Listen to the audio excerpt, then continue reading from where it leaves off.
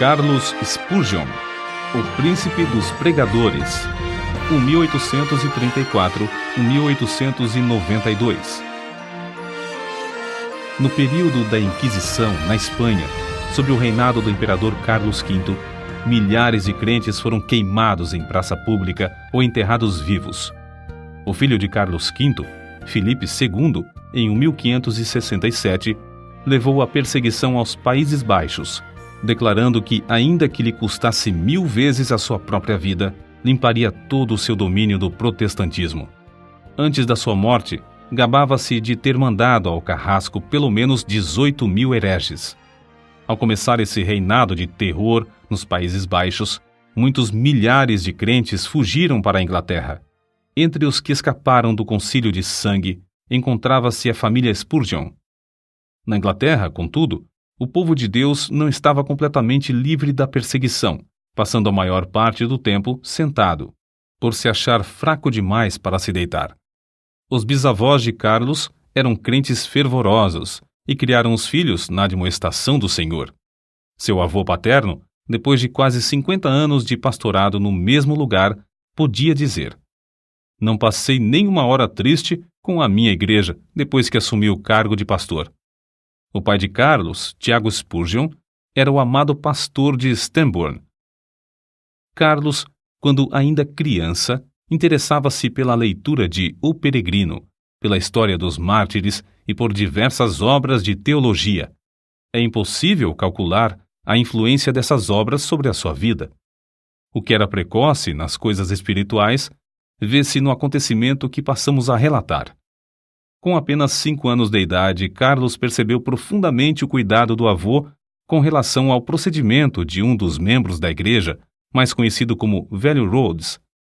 Certo dia, encontrando Rhodes em companhia de outros fumando e bebendo cerveja, a criança dirigiu-se a ele dizendo: "Que fazes aqui, Elias?"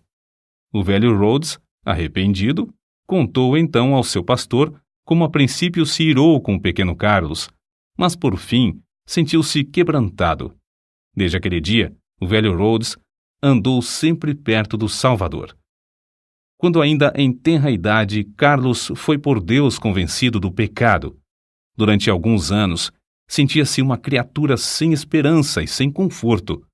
Visitava locais de culto uns após outros, sem, no entanto, conseguir saber como podia livrar-se do pecado. Então, aos 15 anos de idade, aumentou nele o desejo de ser salvo. E aumentou de tal forma que passou 6 meses agonizando em oração.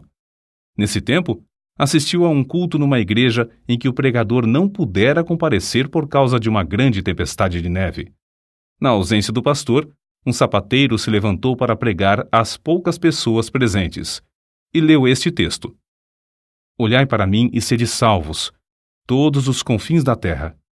Isaías, capítulo 45, versículo 22.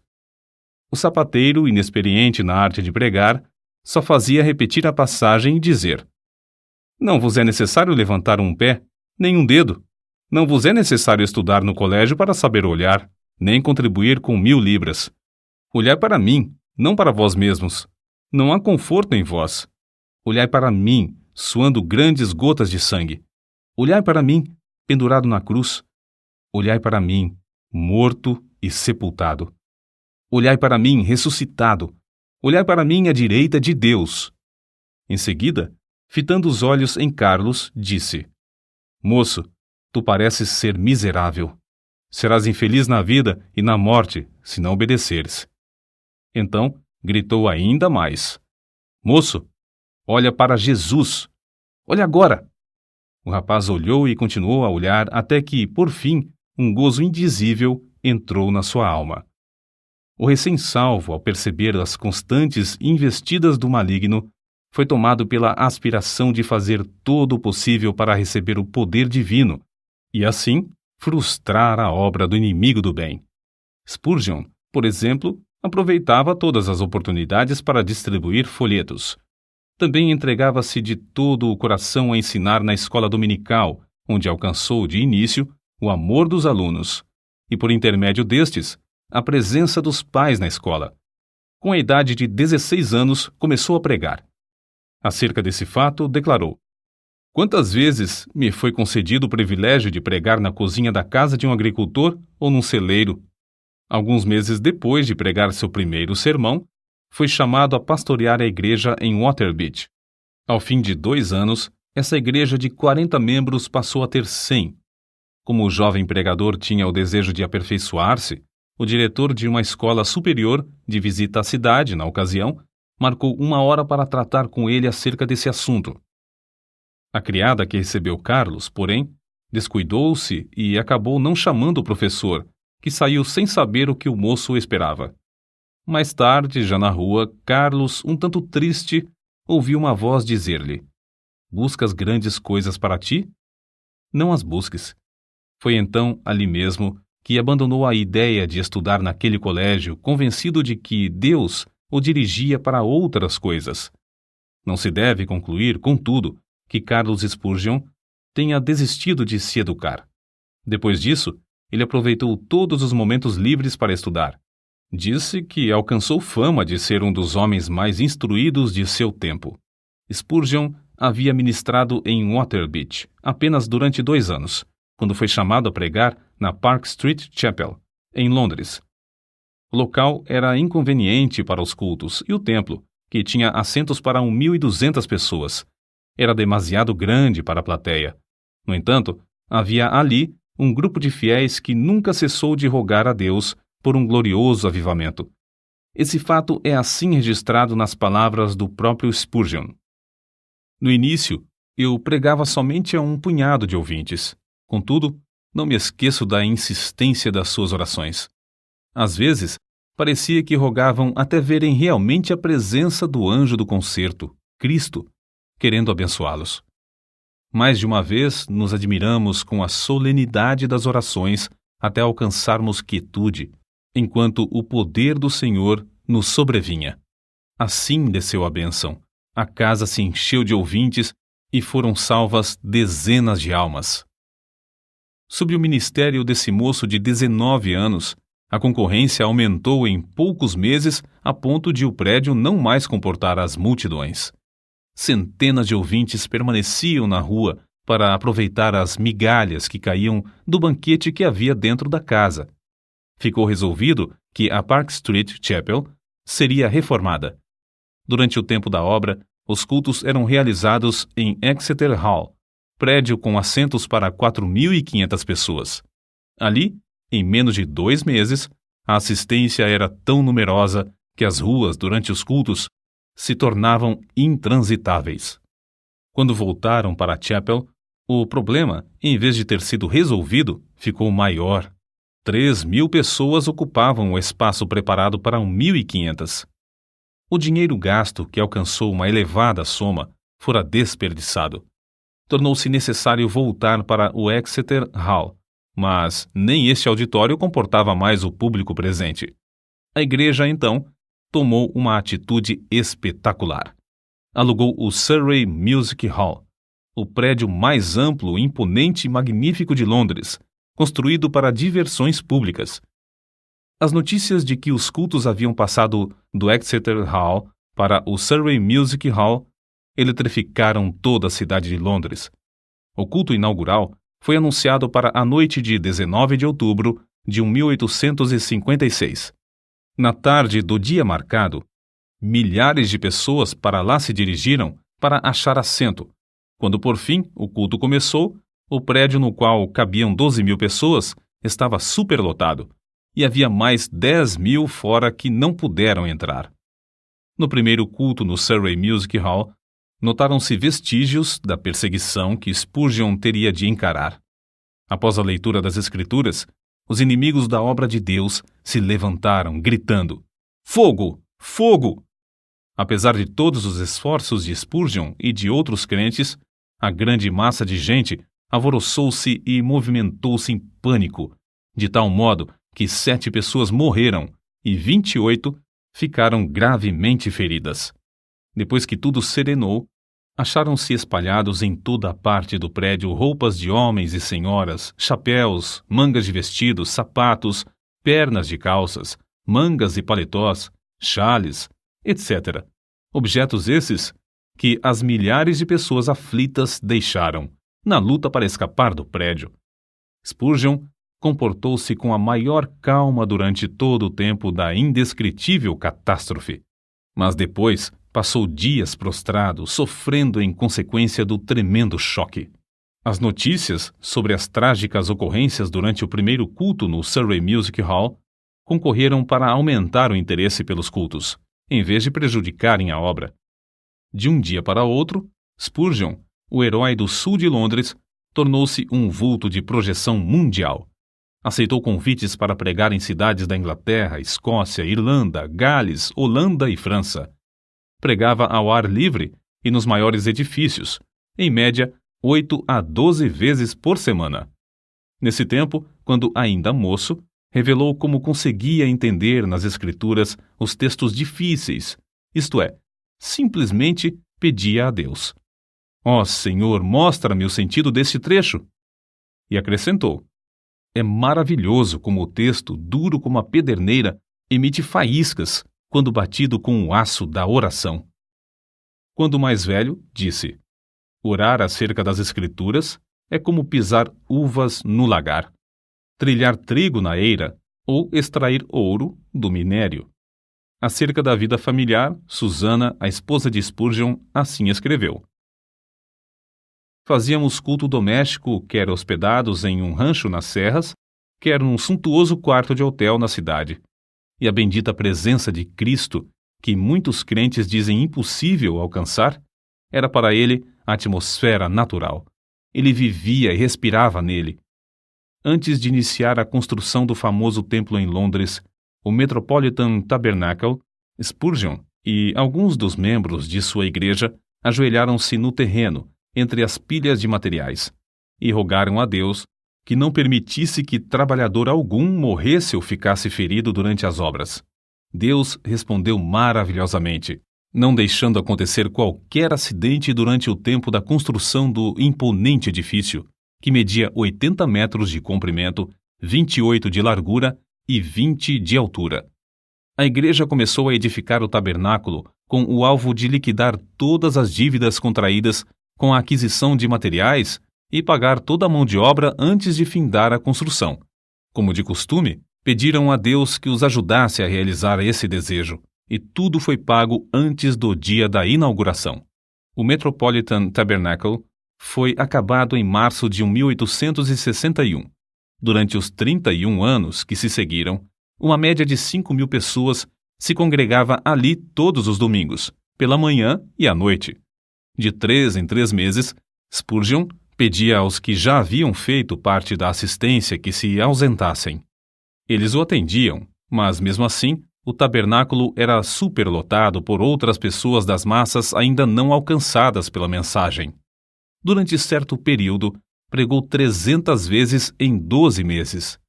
O maior auditório do qual pregou foi no Crystal Palace, em Londres, em 7 de outubro de 1857. Havia exatamente 23.654 pessoas no auditório.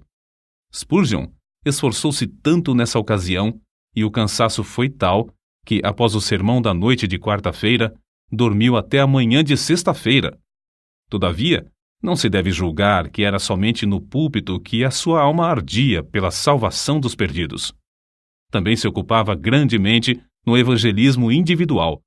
Nesse sentido, citamos aqui o que certo crente disse a respeito dele: "Tenho visto auditórios de 6.500 pessoas inteiramente levadas pelo fervor de Spurgeon, mas ao lado de uma criança moribunda que ele levava a Cristo, achei-o mais sublime do que quando dominava o interesse da multidão."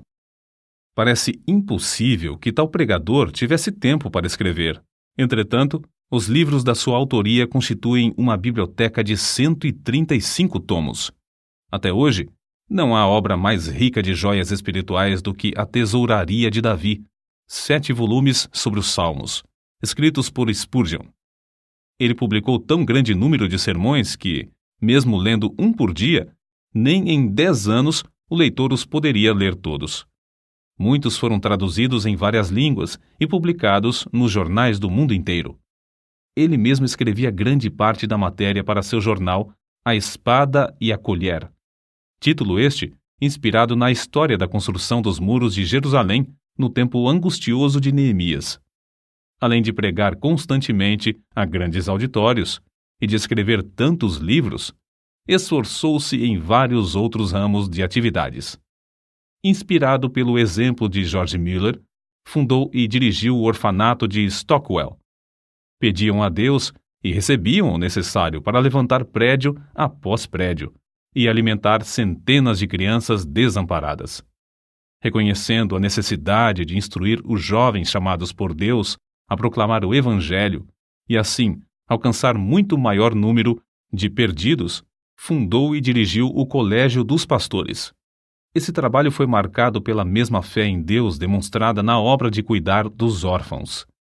Impressionado com a vasta circulação de literatura viciosa, formou uma junta de vendagem de livros evangélicos.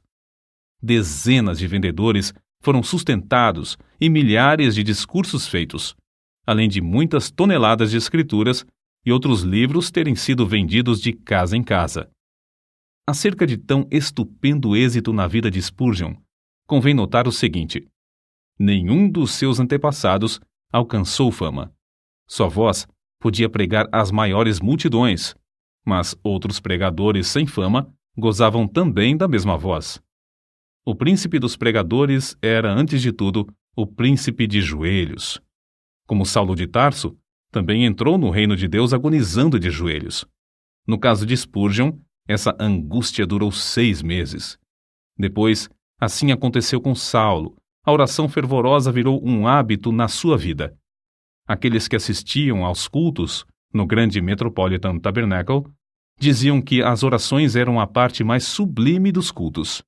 Quando alguém perguntava a Spurgeon a explicação do poder na sua pregação, o príncipe de joelhos apontava para a loja que ficava sob o salão do Metropolitan Tabernacle e dizia: na sala que está embaixo, há 300 crentes que sabem orar. Todas as vezes que prego, eles se reúnem ali para sustentar minhas mãos, orando e suplicando ininterruptamente. Na sala que está sob os nossos pés é que se encontra a explicação do ministério dessas bênçãos. Spurgeon costumava dirigir-se aos alunos no colégio dos pastores desta forma: permanecei na presença de Deus. Se o vosso fervor esfriar, não podereis orar bem no púlpito. Pior com a família, e ainda pior nos estudos, sozinhos. Se a alma se tornar magra, os ouvintes, sem saberem como ou porquê, acharão que vossas orações públicas têm pouco sabor. Ainda sobre a oração, sua esposa deu este testemunho: ele dava muita importância à meia hora de oração que passava com Deus antes de começar o culto. Certo crente também escreveu a esse respeito: sente-se durante a sua oração pública que ele é um homem de bastante força para levar nas mãos ungidas as orações de uma multidão. Isto é a ideia mais grandiosa de sacerdote entre Deus e os homens. Convicto do grande poder da oração, Spurgeon designou o mês de fevereiro de cada ano, no grande tabernáculo, para realizar a convenção anual e fazer súplicas por um avivamento na obra de Deus. Nessas ocasiões, passavam dias inteiros em jejum e oração que se tornava mais e mais fervorosa. Não só sentiam a gloriosa presença do Espírito Santo nesses cultos, mas era-lhes aumentado o poder com frutos abundantes. Na sua autobiografia consta que, desde o começo do seu ministério em Londres, pessoas gravemente enfermas foram curadas em resposta às suas orações. A vida de Spurgeon não era vida egoísta e de interesse próprio. Juntamente com sua esposa, fez os maiores sacrifícios para colocar livros espirituais nas mãos de um grande número de pregadores pobres, e ambos contribuíam constantemente para o sustento das viúvas e órfãos. Recebiam grandes somas de dinheiro, mas davam tudo para o progresso da obra de Deus. Não buscava fama, nem a honra de fundador de outra denominação, como muitos amigos esperavam.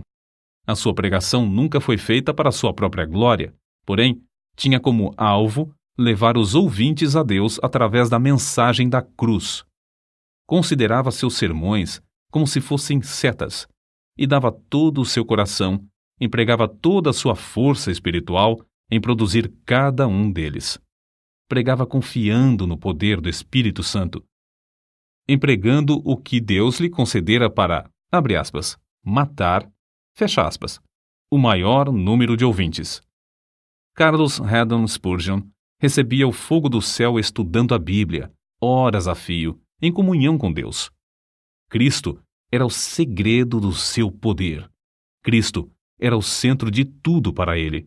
Sempre e unicamente Cristo. J. P. Freud disse: quando Spurgeon orava, parecia que Jesus estava em pé ao seu lado.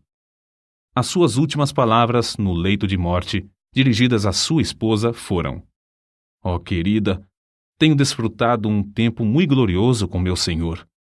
Ela, ao ver, por fim, que seu marido passaria para o outro lado, caiu de joelhos e, com lágrimas, exclamou: ó bendito Senhor Jesus! Eu te agradeço o tesouro que me emprestaste no decurso destes anos. Agora, Senhor, dá-me força e direção durante todo o futuro. 6.000 pessoas assistiram ao culto do funeral. No caixão estava uma Bíblia aberta na passagem usada por Deus para convertê-lo. Olhai para mim e sede salvos, todos os confins da terra. O cortejo fúnebre passou entre centenas de milhares de pessoas postadas em pé nas calçadas.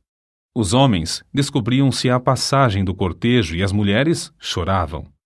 O túmulo simples do célebre príncipe dos pregadores, no cemitério de Norwood, testifica a verdadeira grandeza da sua vida.